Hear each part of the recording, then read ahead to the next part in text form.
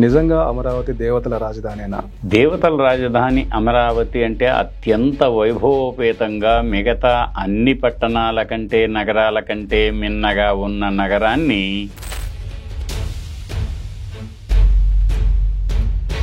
చారిత్రక ప్రాధాన్యత కలిగిన ఒక పేరును రాజధానిగా పెట్టుకుంటే బాగుంటుంది అన్న ఆయన ఆలోచనకి రామోజీరావు గారు అమరావతి అని పెడితే బాగుంటుంది.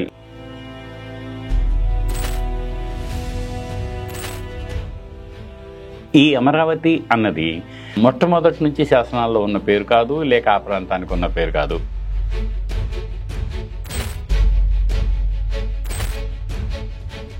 రాజా వాసిరెడ్డి వెంకటాద్రి నాయుడు నిర్మించిన మహానగరానికి దేవతలుండే దేవతల రాజధానిగా వెలసిల్లిన అమరావతి పేరు పెట్టుకోవటం ఎంత ఉచితమో,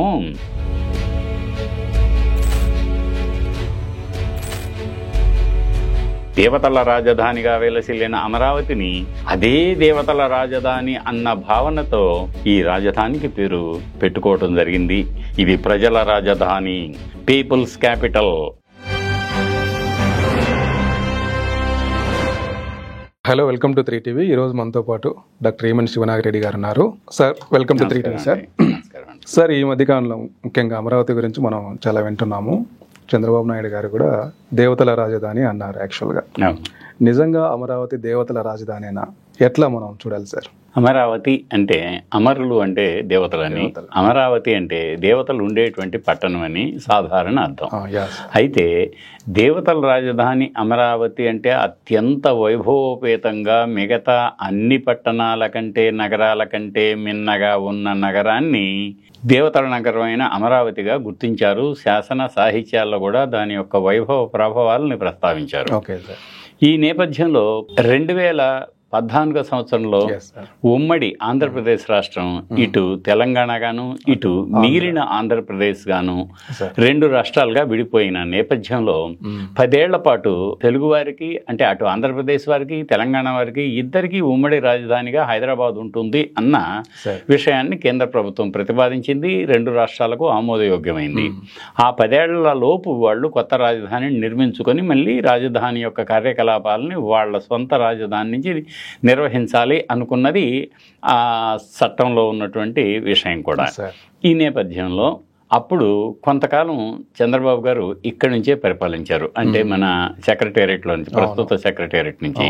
ఆ సెక్రటేరియట్లో అంతకుముందు ఉన్నటువంటి డి బ్లాక్లో అక్కడ ప్రారంభించిన తర్వాత ఇక అప్పుడప్పుడు ఆయన విజయవాడ వెళ్ళటం, అదే అమరావతి అని అప్పటికి ఇంకా పేరు పెట్టల బిగినింగ్లో, అక్కడ కొత్త రాజధాని నిర్మించుకోవాలని సర్వే చేయటం.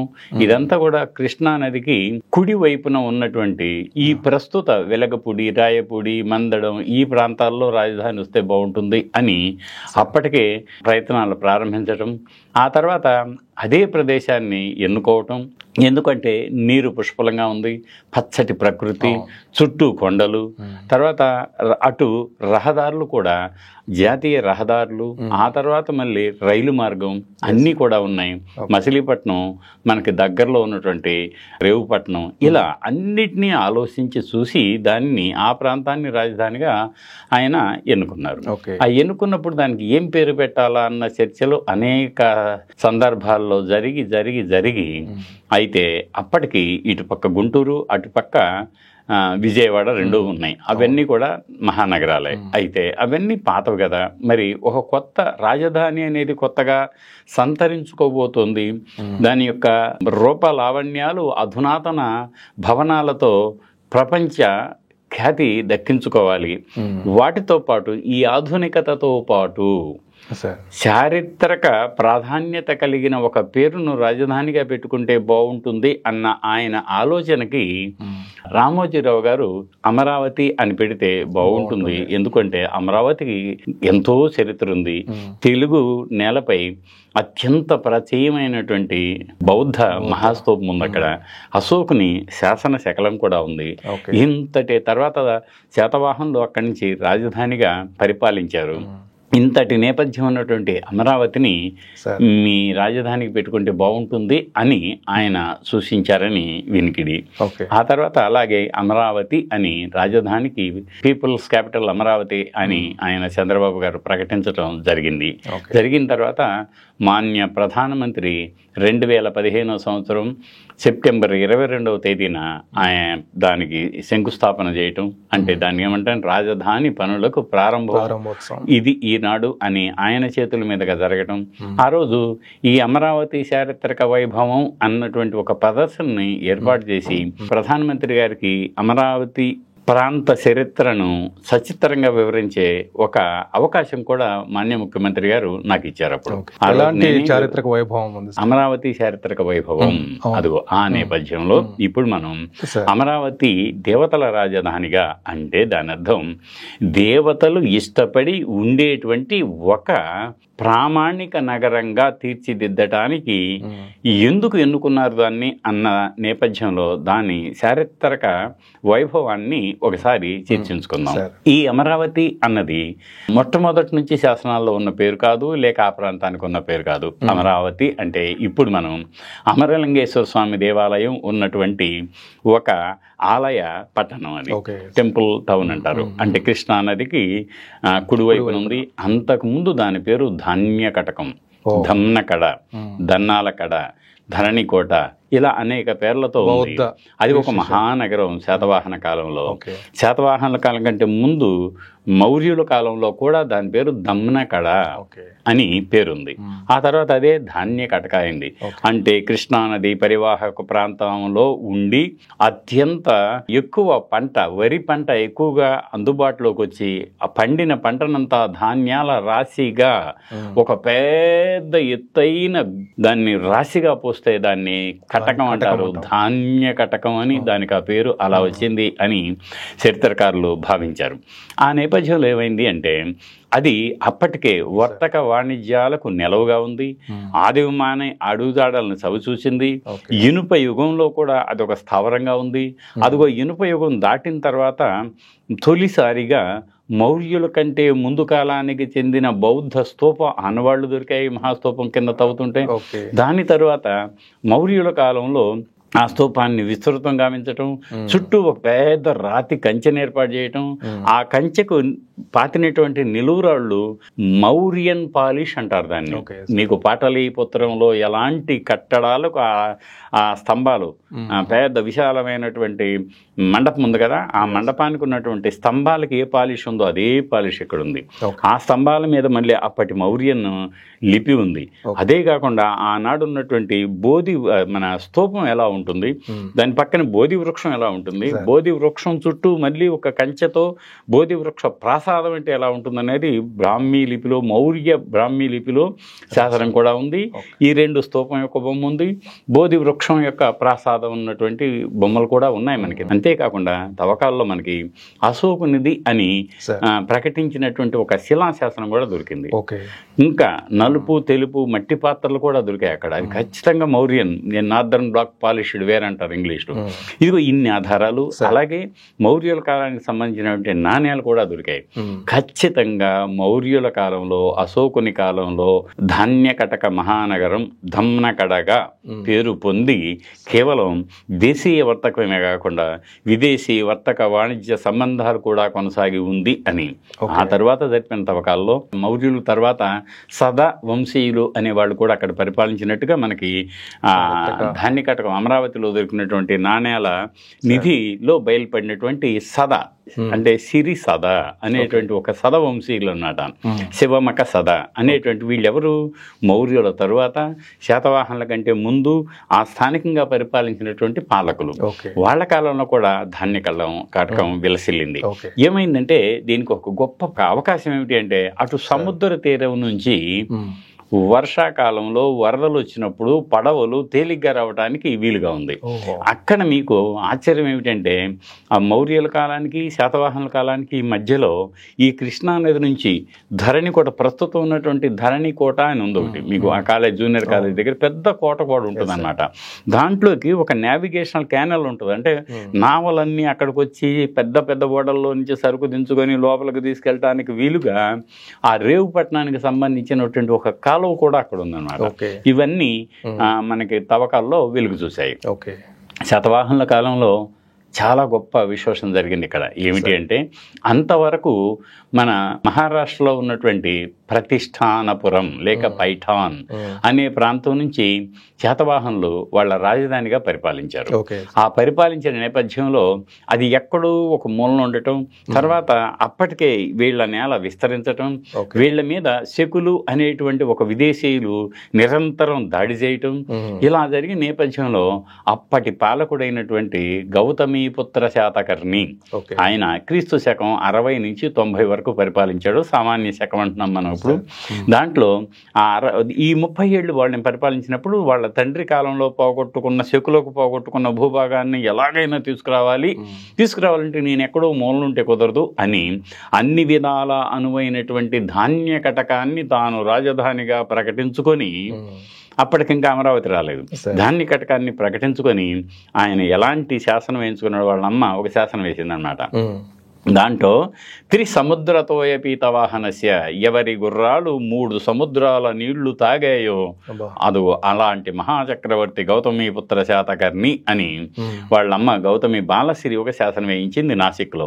అంటే దక్షిణ భారతదేశం, సౌత్ ఇండియా అంతా కూడా 3 సముద్రాలు అంటే ఏమిటి? హిందూ మహాసముద్రం, పశ్చిమ సముద్రం అంటారు, తూర్పు సముద్రం అంటారు, దక్షిణ సముద్రం అంటారు అప్పట్లో. ఇదిగో ఇంతటి భూభాగాన్ని ఆయన వెళ్తున్నాడంటే మాటలు కాదు కదా.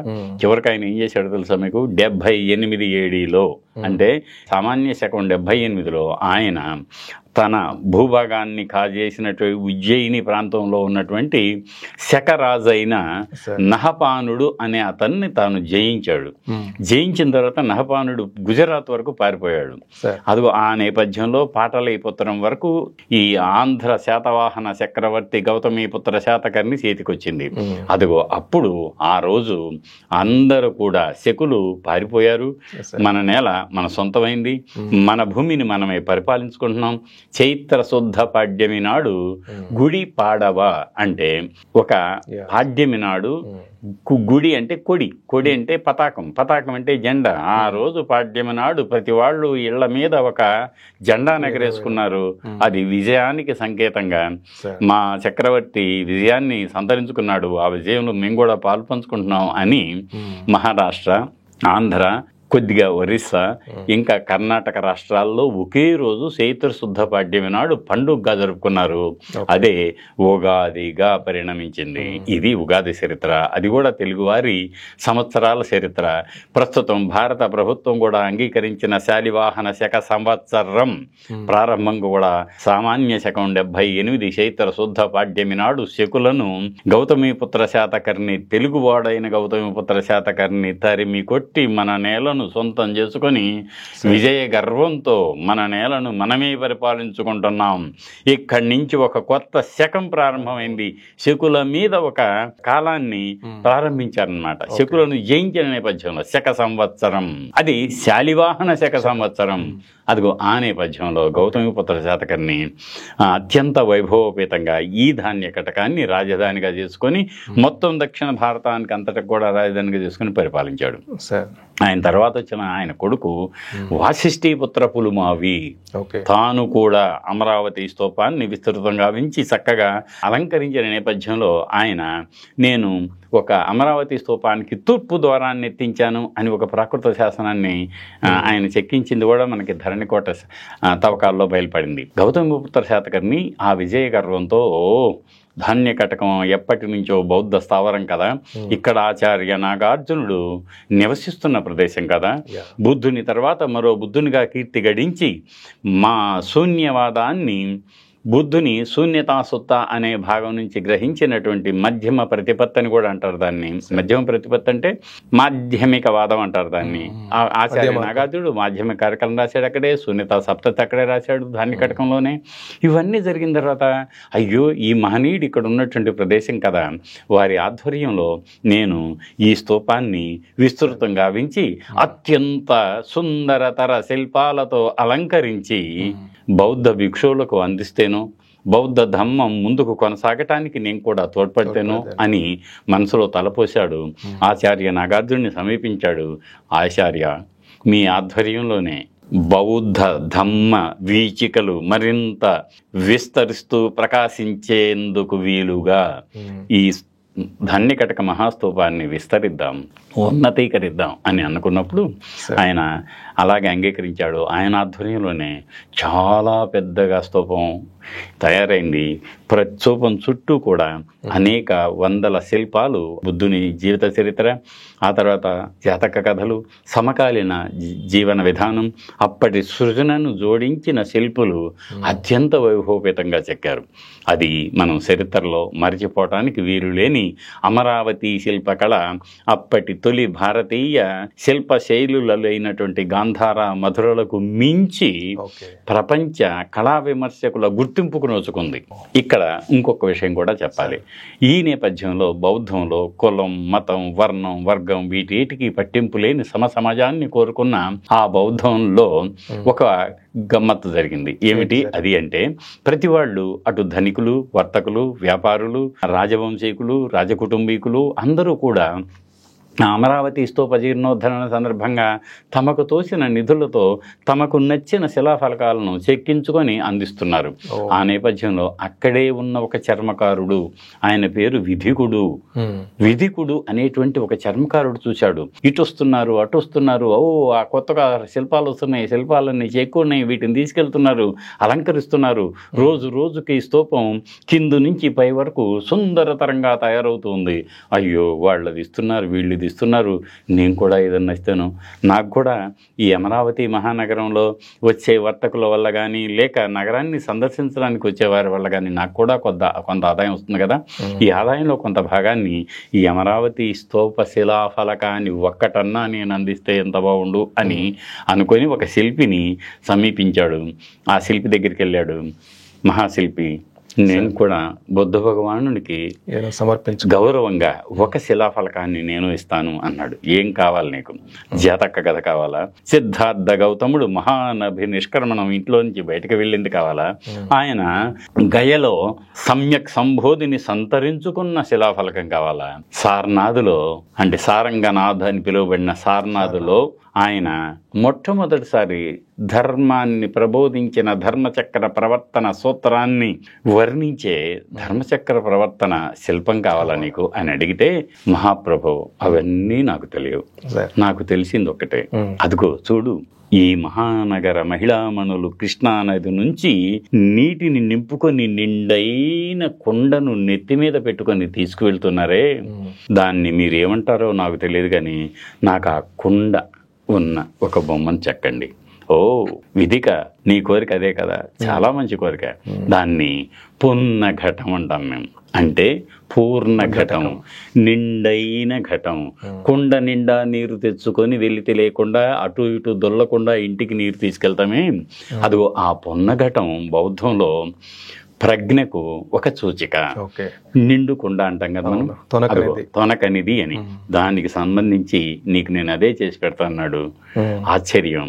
ఆనాడు క్రీస్తు శకం 1వ శతాబ్దంలో ఆ పున్నఘట శిల్పాన్ని విధికుడు అనే ఒక చర్మకారుడు అత్యంత గౌరవ అంకిత భావంతో ధాన్యకటక మహాస్తూపానికి బహూకరించిన నేపథ్యాన్ని 1956 నవంబర్ 1వ తేదీన మళ్ళీ ఆంధ్రప్రదేశ్ భాషా ప్రయుక్త రాష్ట్రాల నేపథ్యంలో ఏర్పడిన ఆంధ్రప్రదేశ్ రాష్ట్ర అవతరణ దినోత్సవం నాడు అధికార లాంఛనంగా ఆంధ్రప్రదేశ్ ప్రభుత్వం అదుగో ఆ విధికుడు ఇచ్చినటువంటి పున్నఘట శిల్పాన్ని స్వీకరించింది. ఎంత గొప్ప విషయం. మళ్ళీ ఈ మధ్య రాష్ట్రం విడిపోయినప్పుడు కూడా అదే పున్నఘటాన్ని మళ్ళీ రాజలాంఛనంగా అప్పటి చంద్రబాబు గారి ప్రభుత్వం స్వీకరించింది.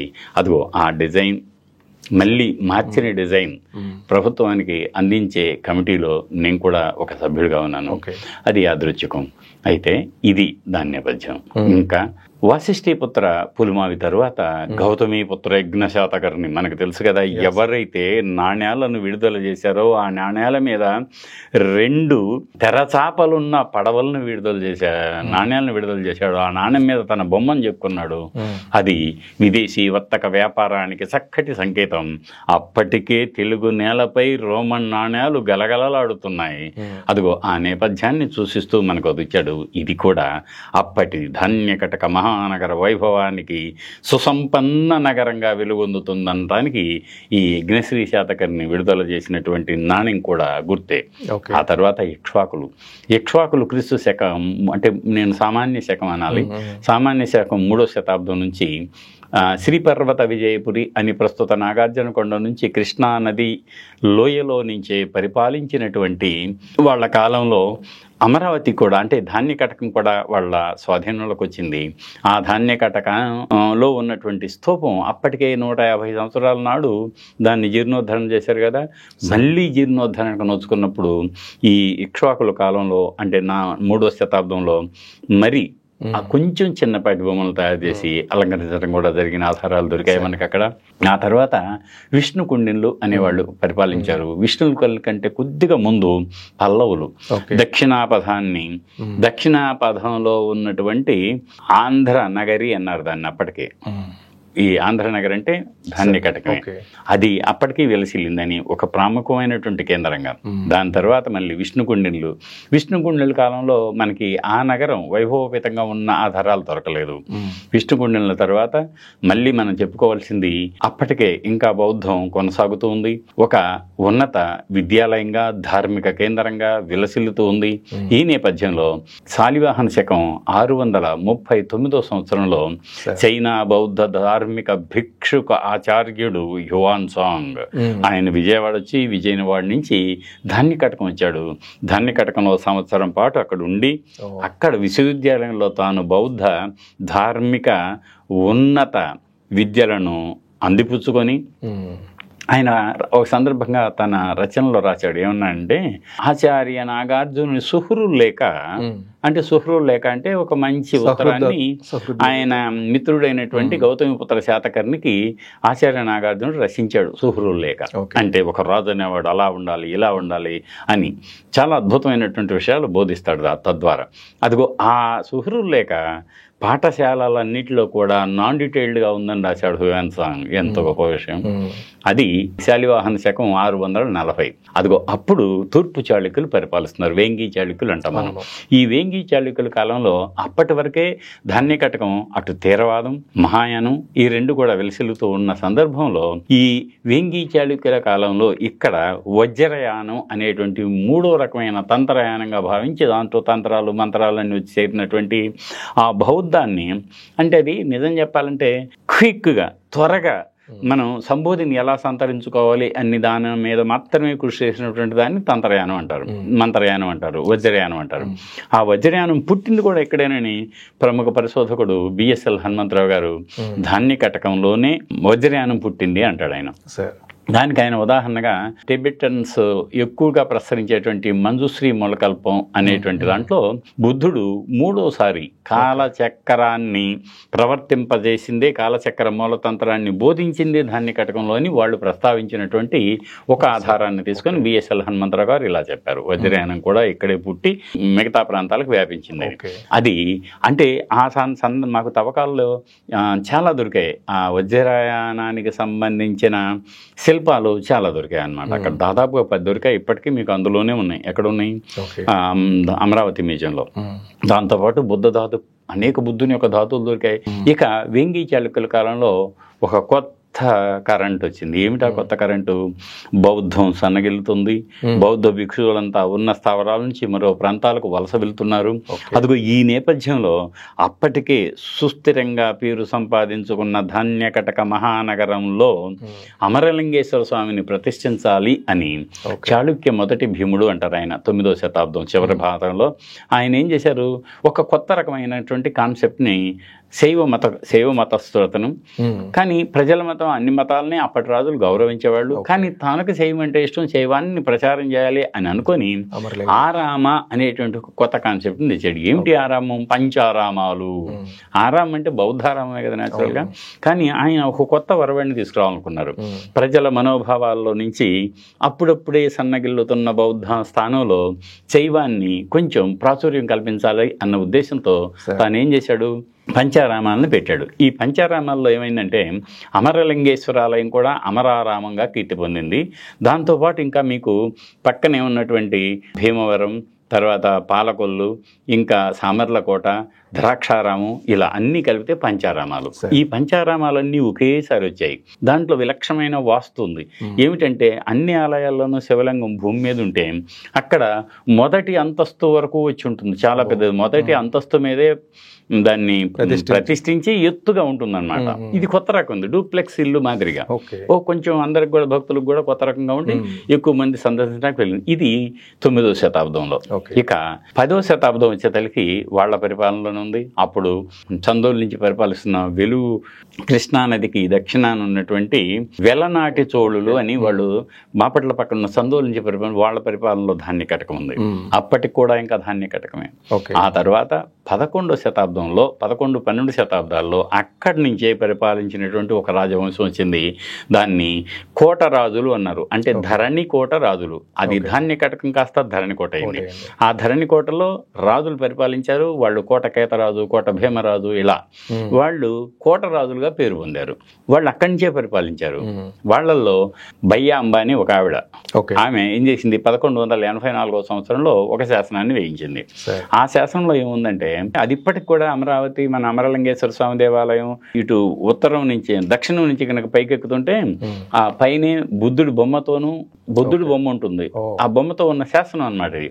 దాంట్లో ఏం చెబుతుందో తెలుసా, అప్పటికి అంటే 12వ శతాబ్దం 1184 స్తూపం అత్యున్నతం నానాచిత్ర సుచిత్రితం అని ఆ శాసనం చెబుతుంది. అంటే ఏమిటి, అప్పటి వరకు ఉన్నటువంటి అంత ఎత్తైన స్తూపం ఉంది, చుట్టూ అలంకరించబడింది అని, ఇంకా గత వైభవ ప్రభావాలను ప్రతిబింబిస్తూనే ఉంది అన్న అర్థంలో ఈ బయ్యాంబ చెప్పింది. ఇక వాళ్ళ తర్వాత మళ్ళీ కాకతీయులు వచ్చారు.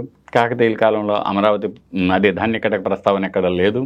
దాని తర్వాత ఏం జరిగింది అంటే 1344వ సంవత్సరంలో అప్పుడు శ్రీలంక నుంచి ఎక్కువగా దీన్ని చూస్తూ ఉండేవాళ్ళు. ఎందుకంటే ధాన్య కటకం, శ్రీపర్వతం ఇవి రెండు కూడా బౌద్ధులు ఖచ్చితంగా సందర్శించి తీరాలి అన్నటువంటి ఒక కోరిక బలీయంగా ఉండేది. సుదీర ప్రాంతాల నుంచి వచ్చేవాళ్ళు. అందుకని చతుర్దిశార్య భిక్షు సంఘ అంటారు దీన్ని. అప్పుడు జంబూద్వీపం అనేవాళ్ళు. ఆ జంబూద్వీపంలో 4 దిక్కుల నుంచి వచ్చేటువంటి ఆర్య భిక్షు సంఘానికి స్వాగతం అని అలా కలిసేదాన్ని సమాగమం అంటారు అనమాట. అదిగో అలా ఈ శ్రీలంక నుంచి ధర్మకీర్తి అనే ఒక బౌద్ధ భిక్షు ఆచార్యుడు వచ్చాడు. వచ్చినప్పుడు ఏముంది, అక్కడంతా అయ్యో శిథిలాల్లో ఉన్నాయి, పడిపోయినాయి, వంగిపోయినాయి. అసలు శిథిలాన్ని చూసి ఆయన ద్రవించిపోయి మనసు, ఆయన తనతో పాటు తెచ్చుకున్న డబ్బుతో అక్కడ ఉన్నటువంటి ఈ 2 అంతస్తుల చైత్యాలయాన్ని బాగు చేయించాడు అని ఇక్కడ లేదు. ఆయన డబ్బుతో ఆయన ఇక్కడ బాగు చేయించి మళ్ళీ శ్రీలంక వెళ్ళి గదలదేనియా అనే దగ్గర ఈ ధాన్యకటక మహాచైత్య 2 అంతస్తుల గృహాన్ని నేను బాగు చేయించాను అని అక్కడ శాసనం వేశాడు 1344వ సంవత్సరంలో శ్రీలంకలో. అదిగో అప్పటి వరకు దాని అర్థం వెలసిల్లిందని. దాని తరువాత 15వ శతాబ్దం గజపతుల కింద ఉంది ఇక్కడ. అంటే 14లో రెడ్డి రాజుల కింద ఉంది. అనవేమారెడ్డి కాలంలో మనందరికీ తెలిసిందే ఈ అమరలింగేశ్వర స్వామి దేవాలయం బహమనీ సుల్తాన్ల దాడిలో భిన్నమైతే దాన్ని అనవేమారెడ్డి బాగు చేయించాడు అన్నట్టు. అదొక శాసనం అమరావతిలో ఉంది. దాని తర్వాత గజపతులు వచ్చారు. ఆ కాలంలో అదేమీ తెలియలేదు మనకి. ఆ తరువాత కృష్ణదేవరాయలు ఆయన 1516 సంవత్సరంలో తూర్పు దిగ్విజయాత్రకు ప్రారంభమై మొదట ఉదయగిరి, ఆ తర్వాత అద్దంకి, ఆ తర్వాత కొండవీడు తర్వాత కొండపల్లి వాటిని సేకరించిన తర్వాత అమరావతి వచ్చి అమరావతిలో ఆయన తులా పురుష దానం అని చేస్తాడు. తన బరువు ఎంత ఉందో అంతా అమరలింగేశ్వర స్వామికి ఇస్తాడు. అందుకని తులా పురుష మండపం అని ఇప్పటికీ ఉంటుంది మీకు అక్కడ అమరావతిలో. ప్రాకారం పక్కనే, మొదటి ప్రాకారం పక్కనే. ఇది కృష్ణదేవరాయలు తను తన 2 భార్యలతో అక్కడికి వచ్చాడు. విరివిగా దానాలు చేశాడు. కొన్ని గ్రామాలను కూడా దానికి దానం చేసినటువంటి సందర్భం ఉంది. అది 16వ శతాబ్దంలో. 17, 18 శతాబ్దాల్లో అది కుతుబ్ షాహీల వశమైంది. ఆ తర్వాత ఇక బ్రిటిష్ వారు వచ్చినప్పుడు బ్రిటిష్ వాళ్ళు పాలనలోకి వచ్చేసింది. ఆ సందర్భంలో ఏమైందంటే స్థానికంగా ఉన్న రాజవంశాలు కొన్ని ఉన్నాయి. ఆ రాజవంశాలు ఏమిటి అంటే మనకప్పుడు చింతపల్లి జమీందారీ అంటారు. బాగా ఈ ధాన్య కటకానికి ఇంకా ఎగువనమాట. మీకు అచ్చంపేట ఆ దిక్కున, అచ్చంపేట ఇటుపక్క జగ్గైపేట, ఈ రెండింటి గురించి కూడా తెలుసుకోవాలి. ఇప్పుడు ఈ చింతపల్లి జమీందారు ఎవరప్పుడు అంటే 1790 ఆ ప్రాంతాల్లో చింతపల్లికి ఒక జమీందారు ఉండేవాడు. ఆయన పేరు రాజా వాసిరెడ్డి వెంకటాద్రి నాయుడు. వాళ్ళ నాన్న పేరు వాసిరెడ్డి జగ్గయ్య. అందుకనే జగ్గయ్యపేట ఆయన పేరు మీద వచ్చింది. ఇటు పక్కనే అటుపక్కని అచ్చంపేట, వాళ్ళ అమ్మ పేరు అచ్చమ్మ, అక్కడ ఒక పట్టణం కట్టించాడు. సో ఈ రెండు కూడా వాళ్ళ తల్లిదండ్రుల మీద ఏర్పడినటువంటి ఒక పట్టణాలు. ఇక చింతపల్లిలో ఆయన ఉండేటప్పుడు బ్రిటిష్ ప్రభుత్వానికి ఈయనకి కొంచెం ఈ పన్నుల చెల్లింపు విషయంలో భేదాభిప్రాయాలు వచ్చి బ్రిటిష్ వాళ్ళు ఆయన ఉన్న పలంగా ఖాళీ చేయమన్నారు. ఖాళీ చేసేటప్పుడు చింతపల్లి కోటలో నుంచి బయటకు రావాలంటే ఎక్కడికి వెళ్ళాలి? సర్వే చేస్తే ధాన్యకటకం అప్పటికి వెలసిల్లినటువంటి ఒక ప్రదేశం, నీళ్లు పుష్కలంగా ఉన్నాయి, అనేక మార్గాలతో కలపబడి ఉంది, అక్కడైతే బాగుండు అన్న సూచన మేరకు చింతపల్లి జమీందారు మహానగరంగా అప్పటి వరకు ఉన్నటువంటి ధాన్య కటకాన్ని ఎంచుకున్నాడు. అప్పటికే ఓ పెద్ద దెబ్బ ఉంది, అది శిథిలం, అది బౌద్ధం అని ఎవరికి తెలియదు. కానీ అమరలింగేశ్వర స్వామి దేవాలయం ఇంకా అనునిత్యం అనేక అర్చనలు ఉత్సవాలతో కొనసాగుతూనే ఉంది. దాని పక్కనే ఒక చక్కటి ప్రణాళికాబద్ధమైన కొత్త అధునాతన నగరాన్ని తాను తలపెట్టాడు, నిర్మిస్తున్నాడు. అలా నిర్మించేటప్పుడు ఆయన నిర్మించడానికి అప్పుడు ఆ దెబ్బని తవ్వితే ధాన్య కటకంలో ఉన్న దెబ్బని అనేక ఇటుకలు, శిలాఫలకాలు, బుద్ధధాతు పేటికలు, కానీ బుద్ధుడి అని తెలియదు అప్పటికి. అవన్నీ తను సేకరించుకున్నాడు. అదే ఇటుకల్ని ఈ కొత్త నగరానికి వాడుకుంటూ ఉన్నాడు. ఇవన్నీ జరిగేతలకి 1797 అప్పటికి ఖచ్చితంగా అదే సంవత్సరం 1796 ఈయన అరే ఇంత అత్యద్భుతంగా తయారైందే కొత్త నగరం, నా రాజధాని నగరం, దీనికి ఒక పేరు పెట్టాలి అని పండితులందరితో చర్చిస్తే, మహాప్రభు మీరు ఇంద్రుడితో సమానులు. ఇంద్రుడు అమరావతిలో ఉంటాడు. అమరావతి దేవతలకు రాజధాని. ఆ దేవతలకు రాజధాని పద్ధతిలోనే మీరు కూడా భూమిపైన ఒక మహానగరాన్ని నిర్మించారు. అమరలింగేశ్వరుడు కొలువైనటువంటి ఊరు అమర. అందుకని ఈ మహానగరానికి మనం అమరావతి అని పేరు పెట్టుకుందాం. అది దేవతల రాజధాని, దేవతల ప్రభువు ఇంద్రుడు, మీరు మాకు ప్రభువు. అదే వరవడితో ఈ నగరాన్ని మనం అమరావతి అని పేరు పెట్టుకుందాం అని సూచిస్తే ఆయన అత్యంత వైభవోపేతంగా నిర్మించుకున్న ఈ మహానగరానికి అమరావతి అని పేరు పెట్టుకోవటం ఉచితమే, ఎస్ అని తను ఆ నగరాన్ని చూసారా 1796-97లో దానికి అమరావతి అని కొత్తగా నిర్మించుకున్న పట్టణానికి పేరు పెట్టుకున్నాడు. దానికి పశ్చిమ భాగాన ధాన్య కటకం ఉంది, ధరణి కోట ఉంది, ఆ ధమ్నాల కడ అది కూడా ఉందన్నమాట. కానీ శిథిలంలో ఉంది. ఇక అదే సందర్భంలో ఒక ఆయన, అంటే అప్పటికి సర్వేయర్ జనరల్గా పనిచేస్తున్న కల్నల్ కాలిన్ మెకంజీ అనే ఆయన అటుపక్కన పరిటాల, కృష్ణా జిల్లా పరిటాల ప్రాంతంలో ఈ వజ్రపు గనులు ఉన్నాయని తెలుసుకొని దాన్ని సర్వే చేయడానికి వచ్చాడు ఆయన. ఆయనకి ఈ నదికి అంటే ధాన్య కటకం నుంచి ఈ పక్కకు వచ్చేటప్పుడు చాలా మంది శిల్పాలు, విలువైన వస్తువులు, ఇటుకలు తీసుకొచ్చుకుంటున్నారు. ఏమిట్రా ఇవన్నీ ఎక్కడి నుంచి వస్తున్నాయంటే అటు ఉన్నాడు. ఈయన ఉన్న పలంగా అటు పక్కకి వెళ్ళిపోయాడు. వెళ్ళి చూస్తే ఒక పెద్ద దెబ్బను తవ్వుతూ ఉన్నారు, ఇటుకలు తీస్తున్నారు, శిల్పాలు పక్కకి వెళ్తున్నాయి, శిల్పాలను పిడిగొడుతున్నారు, దాన్ని సున్నం చేస్తున్నారు. ఇదంటే ఏమిట్రా చూసి, ఎందుకంటే మా దొరగారు చెప్పారన్నారు. ఎవరు మీ దొరగారని వాళ్ళ ఇంటికి వెళ్తే రాజా వాసిరెడ్డి వెంకటాద్రి నాయుడు, ఆయన ఈయన సాధారణంగా ఆహ్వానించాడు. అప్పటికే సేకరించి పెట్టుకున్న ధాతు పేటికలు, కరండాలు, శిల్పాలు, విలువైన వస్తువులు అన్నీ కూడా వాళ్ళ ఇంట్లో ఉన్నాయి. ఏమిటివి? అయ్యో ఇలా చేయకూడదు కదా, పురాతనమైన మీకు ఎంతో విలువైందని ఆయన చెప్పేంతవరకు అది ప్రాచీనమని, నేను దానికి ఏదో హాని కలిగిస్తున్నాననే భావన ఈయనకి లేదు. అలా జరుగుతున్నప్పుడు ఈ కాకమన్నాడు ఈయన గౌరవించాడు. ఆ తర్వాత ఆయన 1797 నుంచి 1816 వరకు రకరకాలుగా జరిపిన త్రవ్వకాల్లో అనేక శిలాఫలకాలు, శాసనాలు, విలువైనవి, బుద్ధుని ధాతు పేటికలు గుర్తుకొచ్చినాయి. కానీ అప్పటికీ బుద్ధుడు అని తెలియదు. 1837 సంవత్సరంలో జేమ్స్ ప్రిన్సెప్ అనే ఆయన మొట్టమొదటిసారి బ్రాహ్మీ లిపిని కనుక్కొని చదవటం ప్రారంభించాడు. అదిగో ఆ నేపథ్యంలో 1840 కానీ ఇది బౌద్ధానికి సంబంధించిన స్తూపం అని తెలియలా 1840కి. అదిగో ఇది నేపథ్యం. కాబట్టి 18వ శతాబ్దం చిట్ట చివరికి కానీ ధాన్య కటకం అమరావతిగా రూపుదిద్దుకుంది. అదిగో అప్పటి నుంచి కొనసాగింది. మనకి దాదాపుగా 200 సంవత్సరాలకు పైగా ఆ రాజధాని పేరైనటువంటి అమరావతి చరిత్ర గర్భమైన తర్వాత ఆయన వాసిరెడ్డి వెంకటాద్రి నాయుడు తర్వాత ఇక మళ్ళీ మామూలుగానే బ్రిటిష్ ప్రభుత్వం వశమైంది. ఆ తర్వాత స్వాతంత్రం వచ్చింది. ఆ తర్వాత గవర్నమెంట్లో చేరిపోయింది. అది మామూలు. మామూలు. అదిగో అంతటి నేపథ్యం ఉన్నటువంటి అమరావతి పేరుని చంద్రబాబు నాయుడు గారు తన కొత్త రాజధానికి, తన అంటే ఆంధ్రుల అని పెట్టుకున్నాడు. ఆ పెట్టుకున్న నేపథ్యంలో చాలా మంది దీని మీద నిజమా, ఇంత చరిత్ర ఉందా అని పరిశీలించడం మొదలుపెట్టారు. నిజమే, ఘనమైన వారసత్వానికి పునాదిగా ఉన్న అలనాటి ధాన్యకటక మహానగరానికి చేరువలో రాజా వాసిరెడ్డి వెంకటాద్రి నాయుడు నిర్మించిన మహానగరానికి దేవతలుండే దేవతల రాజధానిగా వెలసిల్లిన అమరావతి పేరు పెట్టుకోవటం ఎంత ఉచితమో. చంద్రబాబు నాయుడు తాను అధిపతే, ప్రజాధిపతే, మరి అలనాడు జమీందార్, అంతకుముందు గౌతమిపుత్ర శాతకర్ణి ప్రజల చక్రవర్తి, అదిగో అదే హోదా. కాకపోతే ఇప్పుడు ప్రజాస్వామ్యం.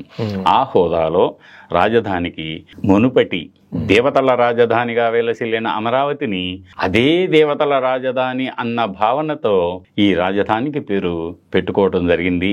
ఇది ప్రజల రాజధాని, పీపుల్స్ క్యాపిటల్ అని ఆయన ప్రచారం చేశాడు.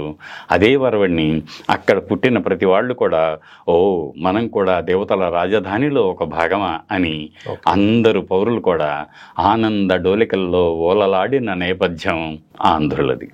థ్యాంక్ యూ సార్, చాలా చారిత్రక విశేషాలు చెప్పారు. Thank you sir, thank you.